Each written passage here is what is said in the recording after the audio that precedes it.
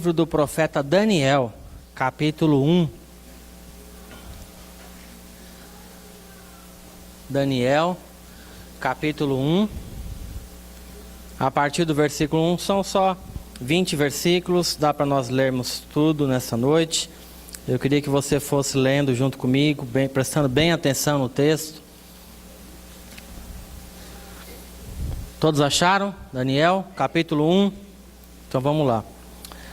No ano terceiro do reinado de Jeoaquim, rei de Judá, veio Nabucodonosor, rei da Babilônia, a Jerusalém, e a sitiou. O Senhor lhe entregou nas mãos a Jeoaquim, rei de Judá, e alguns dos utensílios da casa de Deus. A estes levou-os para a terra de Sinar, para a casa do seu Deus, com letra minúscula, e os pôs na casa do tesouro do seu Deus. Disse o rei a Aspenaz, chefe dos seus eunucos, que trouxessem alguns dos filhos de Israel, tanto da linhagem real como dos nobres, jovens sem nenhum defeito, boa aparência, instruídos em toda sabedoria, doutos em ciência, versados no conhecimento, e que fossem competentes para assistirem no palácio do rei, e lhes ensinasse a cultura e a língua dos caldeus. Determinou-lhes o rei a ração diária das finas iguarias da mesa real e do vinho que ele bebia, e assim fossem mantidos por 3 anos, ao cabo dos quais assistiriam diante do rei. Entre eles se achavam dos filhos de Judá, Daniel, Hananias, Misael e Azarias. O chefe dos eunucos lhes pôs outros nomes, a saber, a Daniel, o de Beltesazar, a Hananias, o de Sadraque, a Misael, o de Mesaque, e a Azarias, o de Abed-nego. Resolveu Daniel firmemente não contaminar-se com as finas iguarias do rei, nem com o vinho que ele bebia. E então pediu ao chefe dos eunucos que lhe permitisse não contaminar-se. Ora, Deus concedeu a Daniel misericórdia e compreensão da parte do chefe dos eunucos. Disse o chefe dos eunucos a Daniel: eu tenho medo do meu senhor, o rei, que determinou a vossa comida e a vossa bebida. Porque, pois, veria ele o vosso rosto mais abatido do que os outros jovens da vossa idade? Assim, poríeis em perigo a minha cabeça para com o rei. Então disse Daniel ao cozinheiro-chefe, a quem o chefe dos eunucos havia encarregado de cuidar de Daniel, Hananias, Misael e Azarias: experimenta, peço-te, os teus servos 10 dias, e que se nos deem legumes a comer e água a beber, e então se veja diante de ti a nossa aparência e a dos jovens que comem das finas iguarias do rei, e segundo vires, age com os teus servos. Ele atendeu e os experimentou 10 dias. No fim dos 10 dias, a sua aparência era melhor. Estavam eles mais robustos do que todos os jovens que comiam das finas iguarias do rei. Com isso, o cozinheiro-chefe tirou deles as finas iguarias e o vinho que deviam beber, e lhes dava legumes. Ora, a esses 4 jovens, Deus deu o conhecimento, a inteligência em toda a cultura e sabedoria. Mas a Daniel deu inteligência de todas as visões e sonhos. Vencido o tempo determinado pelo rei para que os trouxessem, o chefe dos eunucos os trouxe à presença de Nabucodonosor. Então o rei falou com eles, e entre todos não foram achados outros como Daniel, Hananias, Misael e Azarias. Por isso passaram a assistir diante do rei.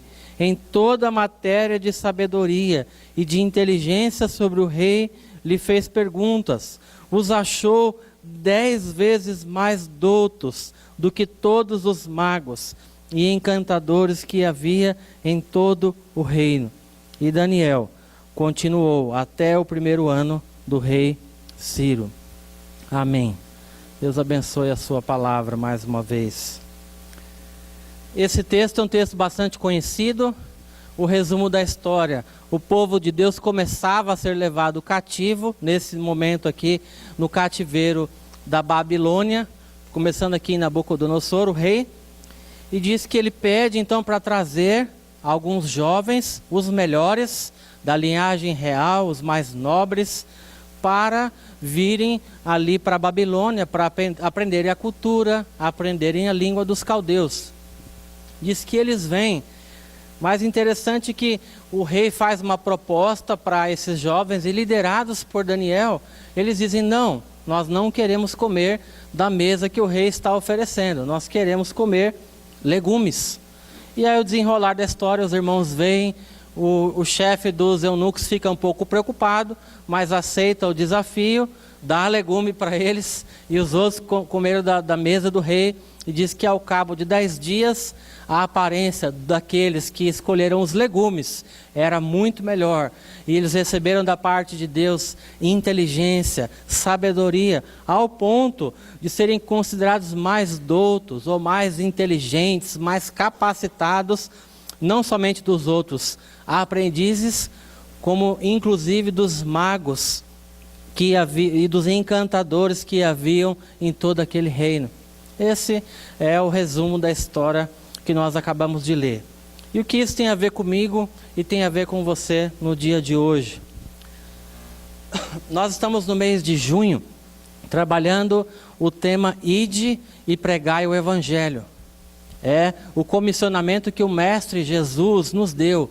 Ide, pregai o Evangelho, fazer discípulos, ensinando, batizando-os.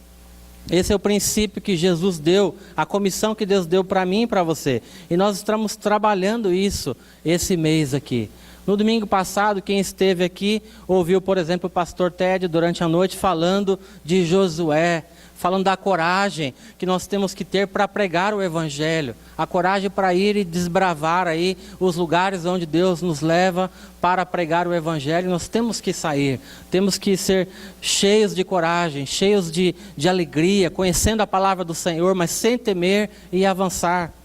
E hoje nós vamos ouvir um pouco a respeito também de ir e de evangelizar, mas eu queria trabalhar com vocês numa outra perspectiva, usando aqui como exemplo o texto aqui de Daniel, capítulo 1. Esse texto, eu confesso para os irmãos que eu acho ele maravilhoso, porque ele é muito atual. Esse texto você consegue rapidamente, num exame um pouco mais, você gastar um pouco mais de tempo, você consegue perceber que esse texto ele é muito atual. E é essa leitura que eu quero fazer junto com vocês nessa noite. E enxergar nesse texto um pouco de como é que o cristão de hoje, como você pode vencer as barreiras e os desafios para ir e evangelizar. Porque é verdade, nós ouvimos semana passada, o inimigo das nossas almas ele vai tentar criar barreiras e adversidades para pegarmos o Evangelho. E aqui nesse texto não foi diferente. Satanás, ele vem e ele tenta nos desestabilizar, tenta nos confundir, tenta, como nós já vamos ver aqui, nos cercar, nos assediar para não pregarmos. Satanás não quer de jeito nenhum que você fale do amor de Jesus para ninguém, que você dê bom testemunho e de alguma maneira Cristo seja reconhecido na sua vida. E ele vai fazer e vai usar de todas as artimanhas para te impedir. E esse texto mostra isso. E a leitura de ir e evangelizar, que eu quero fazer também nesse texto, é um tipo de evangelismo, não necessariamente esse de impacto, onde você faz uma estratégia e você sai ali pregando, né? Você vai num lugar público e começa a pregar o Evangelho. Eu quero falar de um tipo de ir e evangelizar muito mais relacionado a exemplo, muito mais relacionado à vida cristã, a testemunho. O nosso Mestre Jesus ensinou, o nosso Mestre Jesus gastava tempo ensinando, mas sempre ele dava exemplo. Ele formava os seus discípulos pelo próprio exemplo. Ele falava: assim como eu fiz, façais vós também, o tempo inteiro. Então é esse tipo de evangelismo, de ir, que eu quero ministrar no teu coração hoje à noite, usando mais uma vez esse texto como exemplos. Evangelismo pela influência, evangelismo pelo testemunho. Atrair as pessoas a Jesus, pelo jeito de viver que eu e você precisamos ter, segundo as Escrituras. Eu quero pegar carona também, não sei quantos conhecem o pastor Abe Huber. É um pastor conhecido para quem estuda grupos familiares, igreja em células, MDA, todo esse movimento de culto nos lares. Esse pastor Abe Huber é um pastor muito conhecido. E ele tem uma frase que eu li um tempo atrás, eu nunca esqueci. E eu creio que cabe bem no tema dessa mensagem dessa noite. Ele falando sobre evangelismo, ele disse o seguinte: é o estilo de vida que evangeliza. Será que você pode repetir comigo? É o estilo de vida que evangeliza. Mais uma vez. Isso. Essa é a teoria dele, eu creio nesse negócio. Eu vou mostrar para vocês nesse texto que isso é muito importante. Isso é fundamental. É o nosso estilo de vida que evangeliza. Às vezes a gente está tão preocupado em conhecer muito a Bíblia. Misericórdia, irmãos. Eu sei que nós temos que conhecer a Bíblia em profundidade. Mas tem gente que usa isso de muleta para não evangelizar. Eu não conheço o suficiente ainda, então eu não vou evangelizar, não estou preparado. Não, eu quero falar para você, querido, que como cristão, você vai ter, precisa ter, Deus quer que você tenha um estilo de vida que só por ele você já evangeliza, você já atrai pessoas ao Senhor. E então eu lanço essa pergunta para vocês nessa hora: qual é o seu estilo de vida? O seu estilo de vida evangeliza? Sim ou não? Responde aí para o Senhor. O seu estilo de vida tem evangelizado pessoas? Será que quem olha para você, não a aparência externa, não é disso que eu estou falando, mas os seus valores, as suas atitudes, a maneira com que você lida com a sua família, a maneira como você trabalha, a maneira como você faz negócios, a maneira com que você se relaciona com as pessoas, será que esse seu estilo de vida evangeliza? Quem olha para você consegue de alguma maneira enxergar a Jesus, enxergar esse Deus de amor que morreu e ressuscitou na cruz para pagar o preço pelos nossos pecados? Será que alguém consegue ver isso no dia a dia, convivendo um pouco mais para você ou observando você? Esse texto fala disso, queridos. Fala de um posicionamento. Fala sobre uma decisão de ter um estilo de vida que impacta as pessoas, que evangeliza as pessoas, que faz as pessoas olharem: não, eu quero viver o que esse irmão vive, eu quero conhecer esse mesmo Deus que esse irmão conhece e serve. Indo para o texto agora, eu queria que vocês acompanhassem junto comigo, então eu vou tentar seguir um pouco a sequência dos versículos aqui, para nós então nos aprofundarmos nisso que eu acabei de introduzir. O que acontece aqui, a partir do versículo 1, como eu já disse no começo, o povo de Deus estava aqui sobre o início do começo do cativeiro sobre a Babilônia, que eram os primeiros a serem levados. Eram os primeiros. E diz que isso é no tempo do rei Nabucodonosor. E diz que ele tem uma estratégia para começar esse processo de literalmente aprisionar ali o povo de Deus. O que é que ele faz no versículo 1? Diz que ele vai até Jerusalém, sai da Babilônia, vai até Jerusalém, e o que ele faz? Ele sitiou a Jerusalém. Essa palavra sitiar tem alguns significados. Sitiar pode ser rodear, sitiar pode ser cercar, e a palavra que eu gosto mais e quero usar aqui é sitiar, tem a ver também com assediar, constranger, te conduzir a fazer alguma coisa. Por que eu estou dizendo isso, queridos? E porque esse texto é tão atual. Nabucodonosor chega em Jerusalém e ele cerca Jerusalém e ele exerce uma influência para botar medo ali naquela cidade, na vida daquelas pessoas. E eu faço uma analogia conosco nos dias de hoje, dizendo que Satanás faz isso conosco também, num certo sentido. Porque a Bíblia diz que Satanás ele está ao nosso redor, procurando assim como um leão mesmo, nos devorar, nos destruir. Então, num certo sentido, ele faz isso com a gente também, todo o tempo. Ele está ao nosso derredor, procurando nos colocar em ciladas, procurando achar brechas em nossas vidas, para que caiamos em tentação e possamos pecar contra o Senhor e nos afastar contra o Senhor. Diz que Ele veio para matar, roubar, destruir. Às vezes a gente não se dá conta muito disso, mas Satanás está aí para isso. É isso que ele quer fazer, nos destruir, destruir a nossa família. E o que nós precisamos fazer, queridos, como cristãos, é discernir o modo que ele age contra nós, discernir as suas estratégias, a maneira como ele tem sitiado a sua vida, a maneira como ele tem sitiado a sua família, o seu casamento, o seu trabalho, o seu ministério. Deixa eu beber água aqui.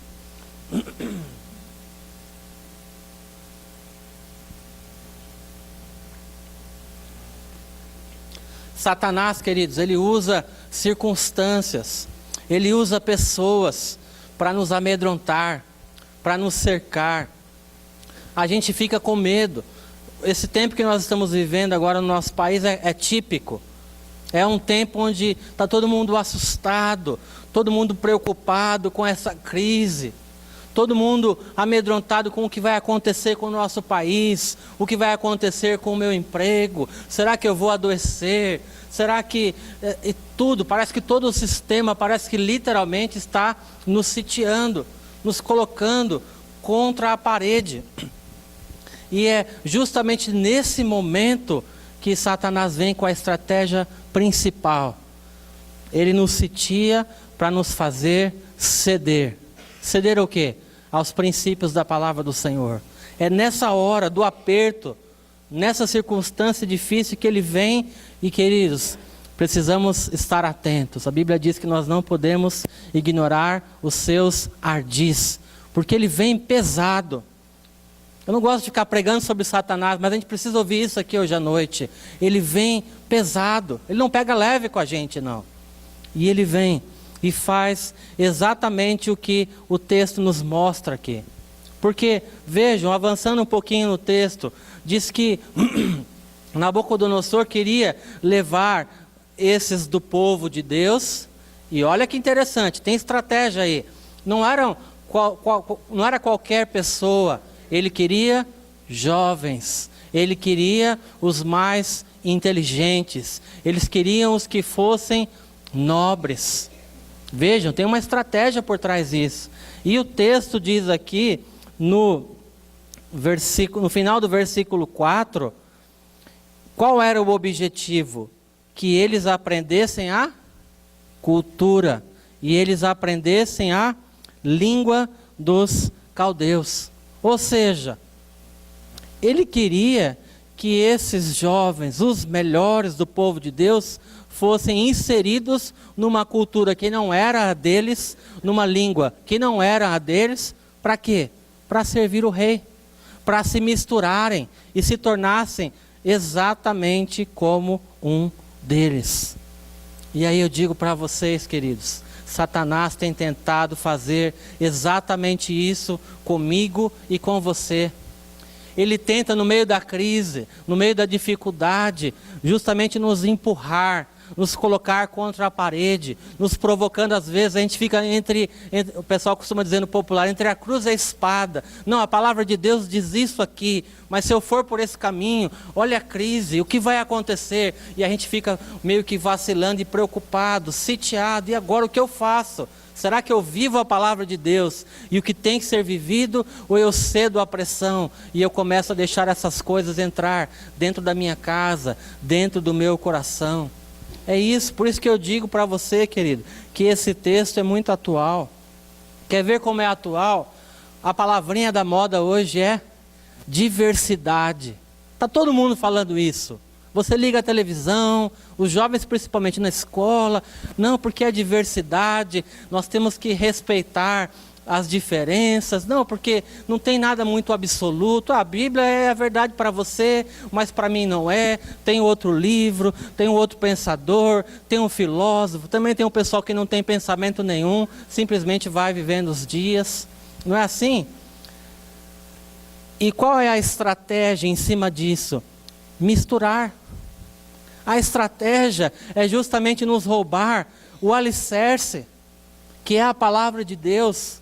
A estratégia dessa diversidade é nos confundir, é tirar tudo aquilo que é absoluto, que é a nossa firmeza, que é a nossa rocha, que é a palavra de Deus e Cristo Jesus o Senhor, que é a palavra encarnada. A Bíblia trata as diferenças também. A Bíblia não diz que nós temos que fazer acepção de pessoas, absolutamente. O Evangelho foi pregado e deve ser pregado a todas as nações. As diferenças são respeitadas. A Bíblia fala que na igreja há diversidade de dons, há pessoas diferentes. A igreja une pessoas diferentes. Não há nada de errado nisso. Mas daí a aceitar a mistura, daí a aceitar valores do mundo, contrários à palavra de Deus, aí existe uma grande diferença.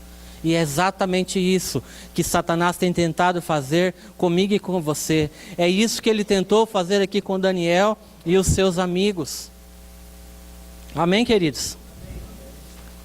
Nós temos um manual de fé que é a Bíblia Sagrada.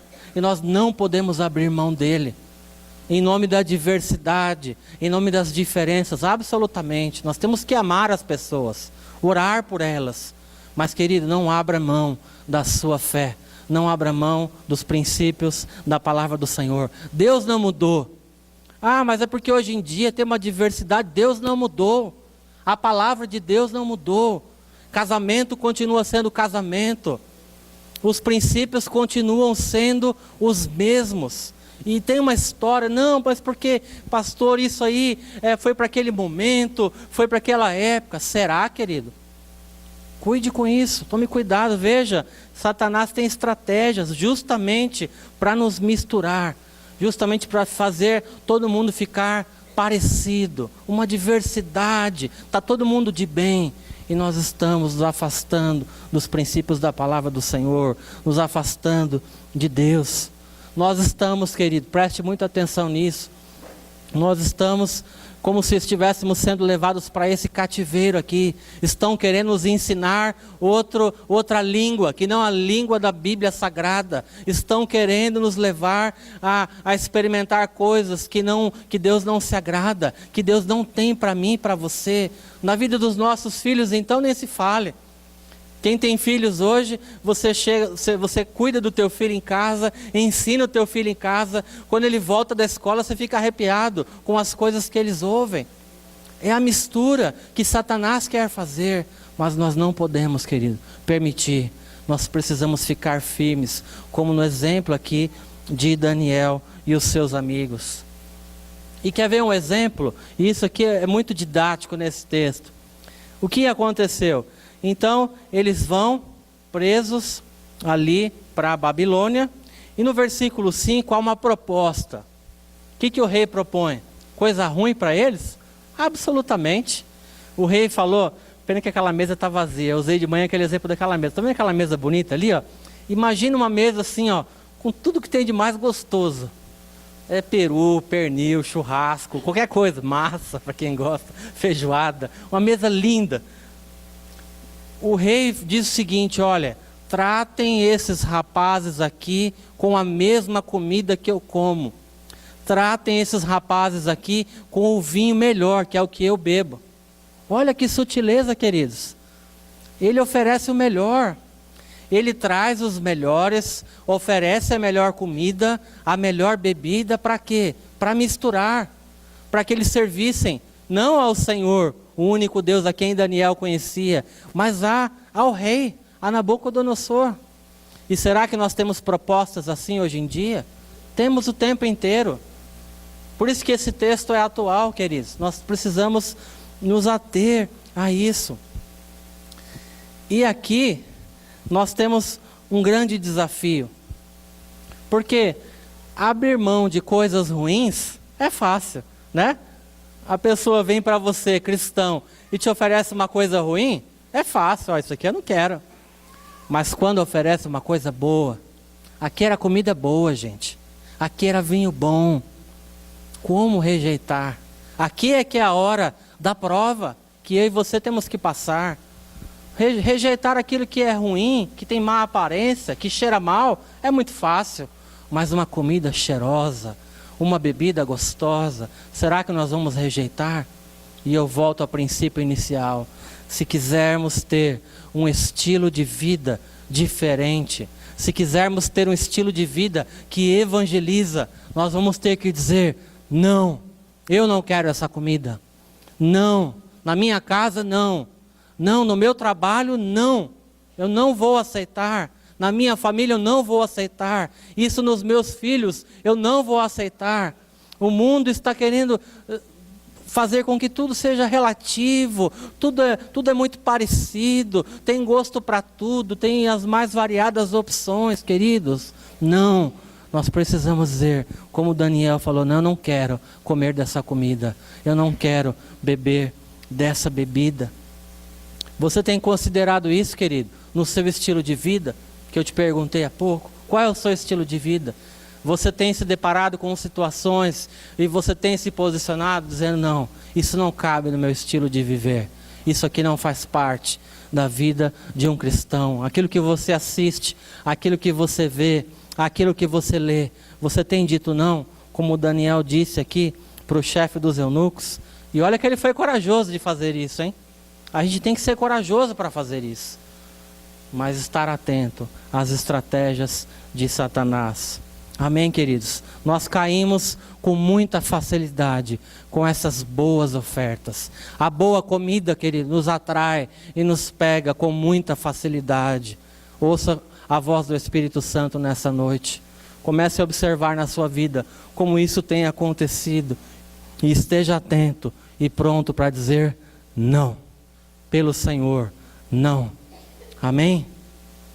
Não precisa abrir aí, querido, pela questão do tempo. Mas 1 João capítulo 2 diz assim: não ameis o mundo e nem o que há no mundo. Se alguém ama o mundo, o amor do Pai não está nele. Se alguém ama o mundo, o amor do Pai não está nele. 1 João capítulo 2, versículos 15 a 17, eu li só um pedaço. O que está acontecendo, querido, é que esses valores, lembra? O rei leva eles para ensinar a cultura, para ensinar uma nova língua, oferece uma boa comida, oferece um bom vinho, para misturar, para contaminar. Isso tem acontecido conosco. As coisas do mundo estão entrando dentro das nossas casas, estão entrando dentro dos nossos lares, estão entrando no nosso coração, estão entrando na nossa mente. Os nossos olhos têm cobiçado essas coisas, mas a palavra do Senhor diz nessa noite: não ameis o mundo e nem o que há no mundo. O amor do Senhor não está nisso, não está no mundo. Amém, amados? Essa palavra de hoje à noite, queridos, não é uma palavra filosófica. Nossa, o pastor está falando isso, mas está tão abstrato. Não, querido, preste atenção, isso é muito prático. É coisa do dia a dia, que você precisa estar atento. Essa palavra ela é 100% aplicável. O mundo, querido, os valores do mundo, do inferno, tem tentado nos sitiar, tem nos colocado com a nossa fé encostados na parede. E agora, o que é que você vai escolher? Servir ao Senhor, ou você vai ter essa porta de escape aqui que vai resolver o teu problema? Servir ao Senhor e ter algum tipo de dano, ou ter aqui um caminho mais facilitado, a solução para o seu problema? Isso acontece hoje em dia, o tempo todo. Qual vai ser a nossa escolha? Que estilo de vida nós vamos escolher? Esse que evangeliza, esse que leva pessoas para o céu, inclusive a gente. Ou esse estilo de vida que todo mundo é igual, que que todo mundo faz o que quer, vive do jeito que quer e acha que está tudo certo e é bem aceito porque todo mundo é diferente mesmo. Qual é a nossa escolha? Qual é a minha escolha, a sua escolha? Amém, queridos? Isso é muito sério. E eu estou enfatizando isso, querido, porque às vezes a gente nós somos um pouco tolos, um pouco desatentos. A gente vem para o Evangelho e acha que já está tudo resolvido e se esquece, foi falado isso aqui hoje à tarde, que nós estamos no meio de uma batalha espiritual. Satanás, ele está realmente querendo roubar essa semente boa que você tem no seu coração, esses valores que você tem recebido através da palavra de Deus. Primeiro, ele quer levar o povo até a Babilônia. Depois ele quer ensinar uma outra cultura, uma outra língua. Depois ele oferece uma comida diferenciada, a melhor comida. Ele oferece o melhor vinho. Mas não foi o suficiente. Olha como a estratégia é ampla. Se você prestou bem atenção no texto, no versículo 7 diz que inclusive os nomes deles foram modificados. E aqui vale a pena ler. Eu vou ler para vocês. O nome Daniel significava: Deus é o meu juiz. E foi trocado para Beltesazar, que quer dizer príncipe de Baal. Olha só, aquele que lembrava o caráter de Deus, Deus é o meu juiz, passa a ser conhecido como aquele que é o príncipe de Baal. Misael, o nome original significava quem é como Deus, e passa para Mesaque, quem é como Acu, Deus da lua. Ananias, Jeová é misericordioso, muda para Sadraque, amigo do rei. Azarias, Jeová é o meu socorro, para Abednego, ou Abednego, que quer dizer servo do nego, que representa Mercúrio. Olha que estratégia destruidora, queridos. Para a gente parece uma coisa simples, essa coisa do nome, mas a gente tem que levar em conta que na cultura do povo de Israel isso era muito sério, porque quando se dava o nome, se trazia o memorial ao Senhor, se falava do caráter de Deus, então se falava: Deus é o meu juiz, quem é como Deus, Jeová é misericordioso, Jeová é o meu socorro, e mudar o nome. Não era uma estratégia pequena, não, era uma estratégia para destruir, para eliminar qualquer traço da glória do Senhor na vida dessa pessoa. E Satanás, querido, continua agindo dessa maneira contra mim e contra você, querendo tirar da nossa cultura, né, vou usar essa palavra, do nosso arcabouço de conhecimento, da nossa fé, da nossa vivência da palavra de Deus. Ele quer tirar tudo, deixar tudo misturado, para nada lembrar quem é Deus nas nossas vidas, para nada lembrar Jesus na minha e na sua vida, para nada remeter à palavra de Deus. É exatamente essa a estratégia que ele tem desempenhado. E eu pergunto para você de novo: que estilo de vida você tem vivido? Que estilo de vida? Quando alguém olha para você, olha para a sua vida, você evangeliza com o seu testemunho, com a sua vivência, ou você tem se permitido, ou se você nessa noite está ouvindo, não, tem coisas que eu tenho permitido sim, e isso começa, querido, te influenciar sem você perceber, e as pessoas estão olhando para você, e achando que você é só mais um, no máximo mais alguém que tem uma religião, mas é tudo igual. Isso é muito sério, queridos, é a estratégia que Satanás tem realizado. Mas graças a Deus, que essa é só a primeira parte da ministração, onde nós conseguimos identificar aquilo que Satanás planejou para Daniel e para esses 3 amigos, aquilo que ele tem planejado contra mim e contra você. Mas Deus tem algo melhor para mim e para você. Amém? Deus, a Bíblia diz que Deus nos deu o ministério da reconciliação. A Bíblia diz que nós somos embaixadores de Cristo. Jesus disse para nós que nós tínhamos que ir, pregar o Evangelho e fazer discípulos. Que nós precisamos compreender que é nosso estilo de vida. Prega, fala de Jesus com o nosso testemunho. Então, de posse disso, nós podemos continuar olhando esse texto e agora aprender com Daniel. Ok, a estratégia do inimigo foi posta, mas como Daniel reagiu? E como eu e você precisamos reagir. Queridos, Daniel foi fantástico nesse momento aqui. Aliás, ele foi um profeta maravilhoso, muito usado por Deus, porque ele agiu de uma maneira enfática, exata, sem meio termo. Hoje a gente tem uma coisa de, mas é um pouquinho daqui, um pouquinho dali. Não, ele falou, não. Diz aqui o texto, no capítulo 8, que Daniel resolveu firmemente não contaminar-se. É assim que nós precisamos agir, queridos. É sim para a palavra de Deus, não para as coisas do mundo. Sim para os valores do reino, não para os valores do mundo. É exatamente isso que Daniel faz aqui, e é maravilhoso que o texto não fala, eu estou assumindo que seja isso, que ele influenciou, ele liderou ainda os outros 3 para eles irem no mesmo barco que ele, tomar a decisão correta, que é o que eu e você precisamos fazer, ajudando uns aos outros também. O que é que ele faz? E é interessante que nós temos muita sabedoria, entre aspas, para achar justificativas das nossas escolhas. Porque Daniel, ele falou, não, no versículo 8, eu não quero, ele pede para o chefe dos eunucos, eu não quero comer das finas iguarias do rei, eu não quero beber o vinho que o rei bebe.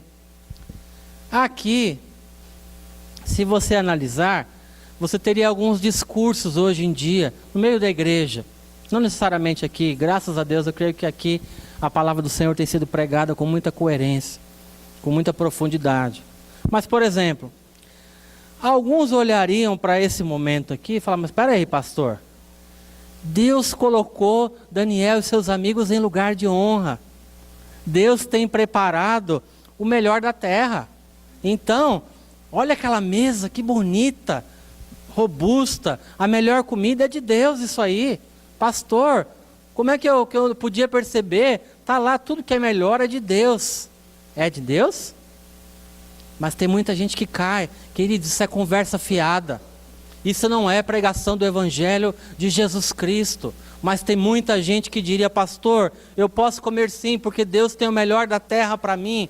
Irmão, você está redondamente enganado. Isso é desculpa esfarrapada que nós temos para pecar, para afrouxar, para ser flexível demais com a palavra de Deus, queridos. E isso nos leva para o abismo. Eu falo isso com muito temor na presença do Senhor, querido. Amém? Talvez um outro grupo, um pouco mais aprofundado na palavra, vou fazer um exemplo. O primeiro são os pentecostais, aqueles mais radicais, né? Deus tem o melhor da terra, essa mesa está aí, e Deus tem o melhor para mim, eu vou comer. Talvez tivesse aqueles mais conservadores. Não, peraí, pastor. Teologicamente, existe um erro aqui. Porque o apóstolo Paulo disse que o que contamina não é o que vem de fora, mas sim o que sai de dentro. Sim ou não? Estou parafraseando o versículo. Não foi isso? Eu pergunto para você, é verdade. Ele falou isso é verdadeiro. Mas Daniel já tinha recebido essa revelação? Sim ou não? Não, Daniel não conhecia essa história ainda. Daniel não conhecia essa revelação, todo esse processo redentor em Jesus Cristo, de boas novas, da graça do Senhor se manifestando, de um tempo novo. O que Daniel conhecia era outra coisa, um outro momento anterior, mas Daniel conhecia a palavra de Deus. E se você ler, não dá para ler aqui, lá em Levítico 17, fala do que eles poderiam comer, como é que a comida poderia ser preparada, não podia ter sangue, por exemplo. Diz que não podiam comer nada que era sacrificado a ídolos. E agora eu refaço a pergunta para vocês, Daniel podia comer dessa mesa? Não podia. Mas por que ele não, como ele toma essa decisão? Ele conhecia a palavra do Senhor. Veja Aí é que eu digo que nós caímos fácil nas estratégias do inimigo, em pequenas coisas. É só uma mesa, pastor. Não, era pecado comer coisa sacrificada a ídolo. E ele disse, não, eu não vou comer, me dá legumes. Quem teria coragem de fazer isso, querido? Nós precisamos hoje em dia, queridos, voltar a esse tempo onde o crente diz, não está na palavra, eu não posso ler isso, eu não posso ver isso, eu não posso falar, eu não posso negociar desse jeito, eu não posso, porque a palavra do Senhor diz que não. Isso aqui é muito sério, querido. É um chamado do Senhor, assim, é o sim, sim, não, não, a radicalidade da palavra do Senhor. Talvez um último grupo dissesse assim, mas espera aí, pastor, estamos falando de sobrevivência, eles tinham que comer alguma coisa, a mesa estava lá, eles morrendo de fome, Deus ia permitir que eles morressem, como a gente acha desculpa. Sim ou não? A gente acha muita desculpa para abrir algumas concessões dentro da nossa casa. Ah, o meu filhinho, coitadinho. Não, eu no meu trabalho, olha, mas então eu não vou vender, então eu não vou fazer. Nós abrimos concessões, queridos, isso vai minando a nossa fé, o nosso testemunho. Nós deixamos de ter um estilo de vida que evangeliza. A única comida era a da mesa? Não. Ele falou, me dá legumes, me dá água. Percebe? Sempre há uma outra escolha. Se escolhermos do lado da palavra do Senhor, vai ter sempre a outra opção. E se precisasse ficar com fome e fazer jejum, eles iam ficar também. Isso aqui é radical, eu sei, queridos. Alguns estão me olhando assustados, mas é a palavra de Deus.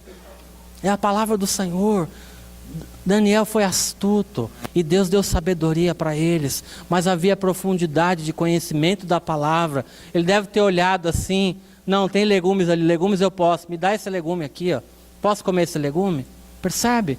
São essas estratégias, queridos, que nós precisamos pedir ao Senhor. Não já querer abrir a concessão. Não, Senhor, me ajuda aqui, isso aqui eu não posso, o que eu faço?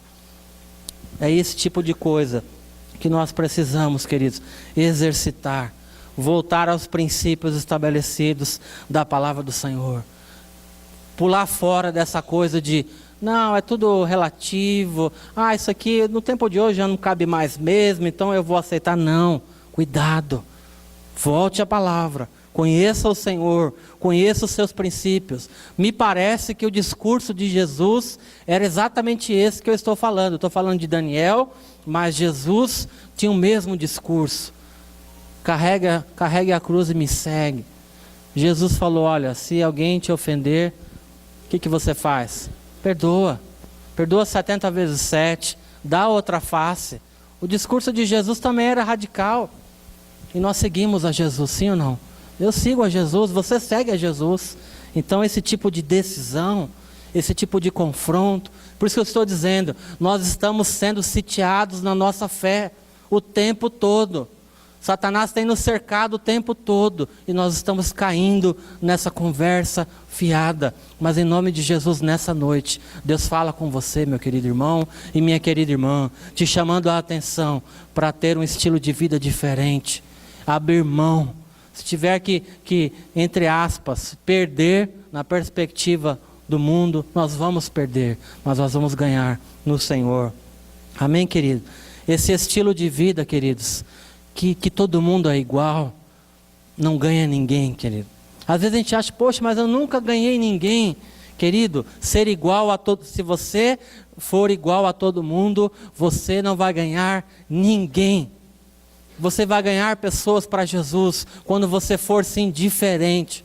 Não é ser aquela pessoa estranha, esquisita, que ninguém quer estar perto. Não é isso que eu estou dizendo. Eu estou falando de valores, de solidez na palavra de Deus, de caráter, de amor, mas de firmeza, consistência. As pessoas vão querer te seguir, querido. Pode esperar. E pode esperar que as pessoas vão seguir a você. É esse estilo de vida, querido, que evangeliza e ganha e leva pessoas para o céu e converte pessoas. Ser misturado no meio de todo mundo, ninguém vai querer. Por que vai querer aceitar Jesus se é tudo igual? Para quê?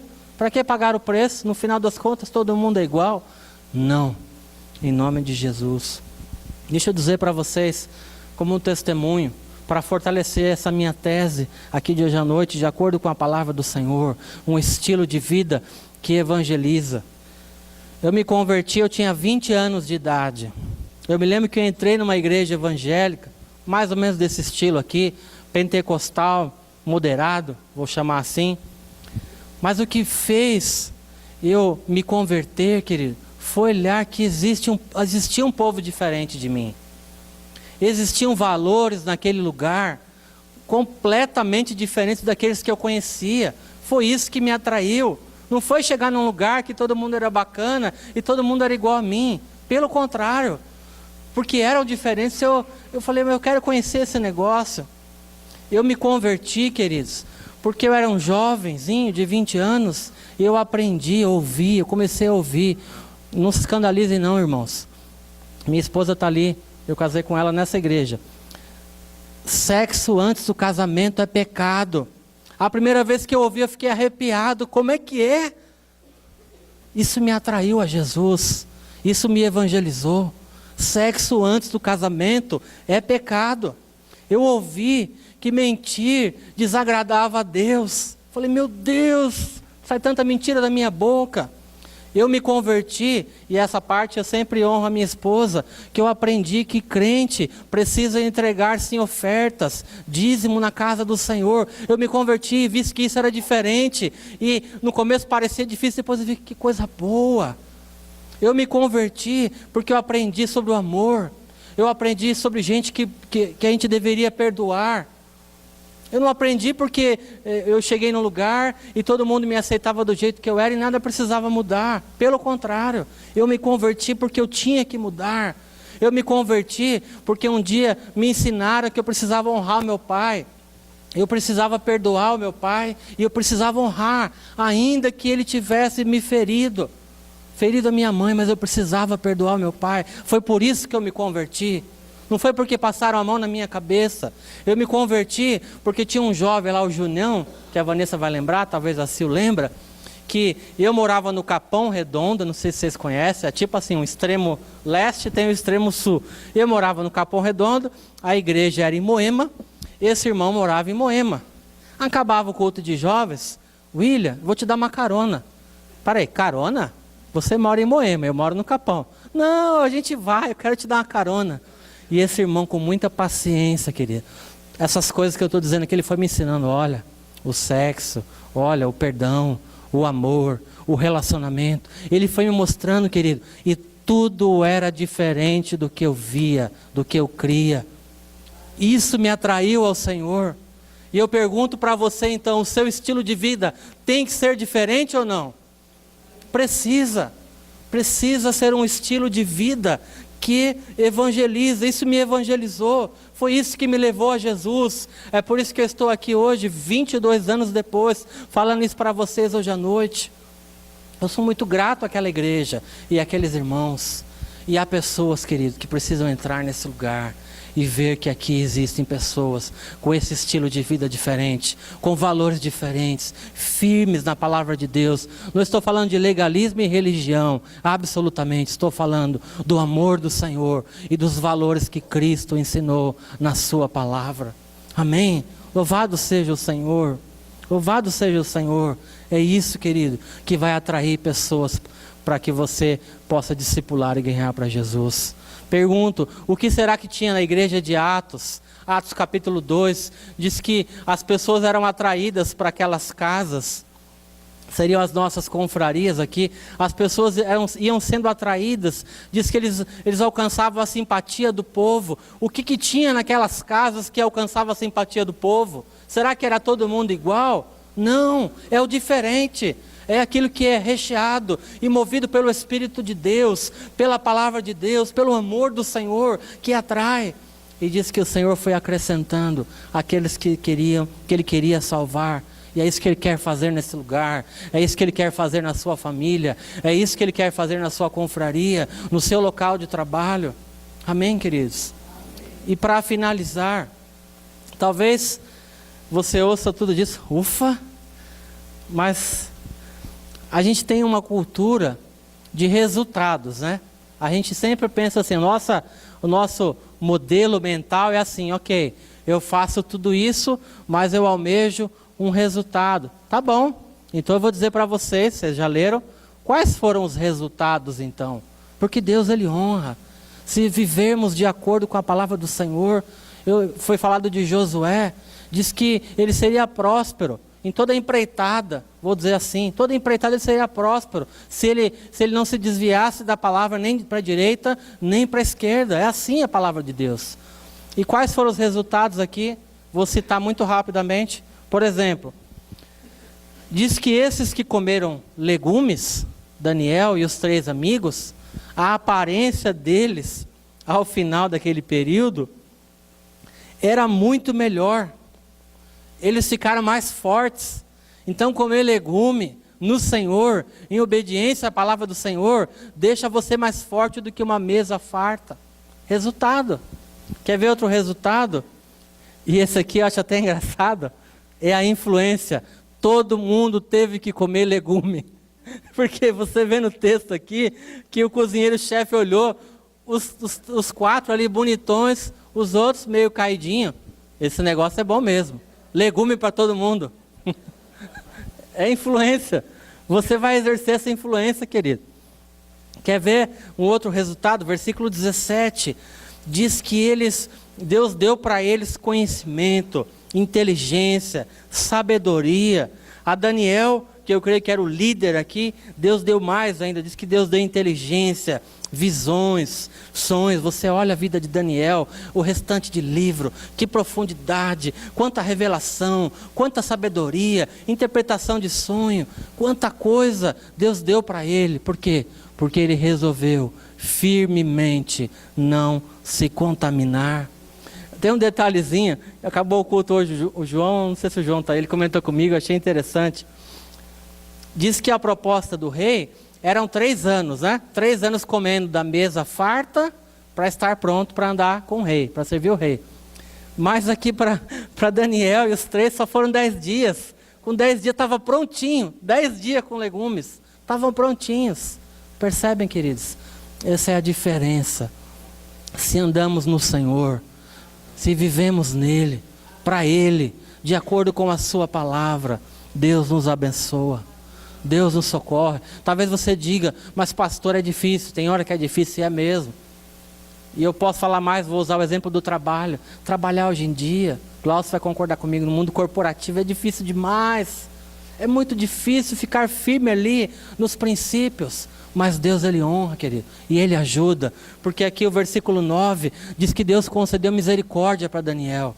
Daniel fez esse pedido ali para o chefe dos eunucos, e Deus tocou no coração do chefe dos eunucos para que ele compreendesse e aceitasse. Deus vai fazer assim também, querido, se você se posicionar.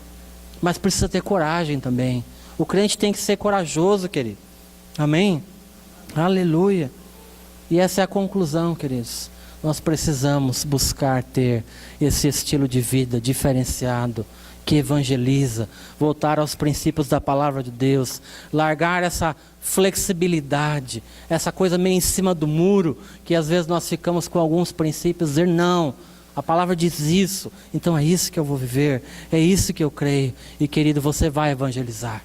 Pode ter certeza, esse mês de junho nós estamos propondo isso aqui, é o mês de ir e pregar o Evangelho. Você vai pregar com a sua vida, querido, você vai evangelizar com o seu modo de viver, com esse estilo que impacta pessoas. Qual vai ser a sua escolha, querido? Eu tenho certeza que os irmãos vão escolher seguir o estilo de vida do Senhor, da palavra de Deus, os valores de Cristo.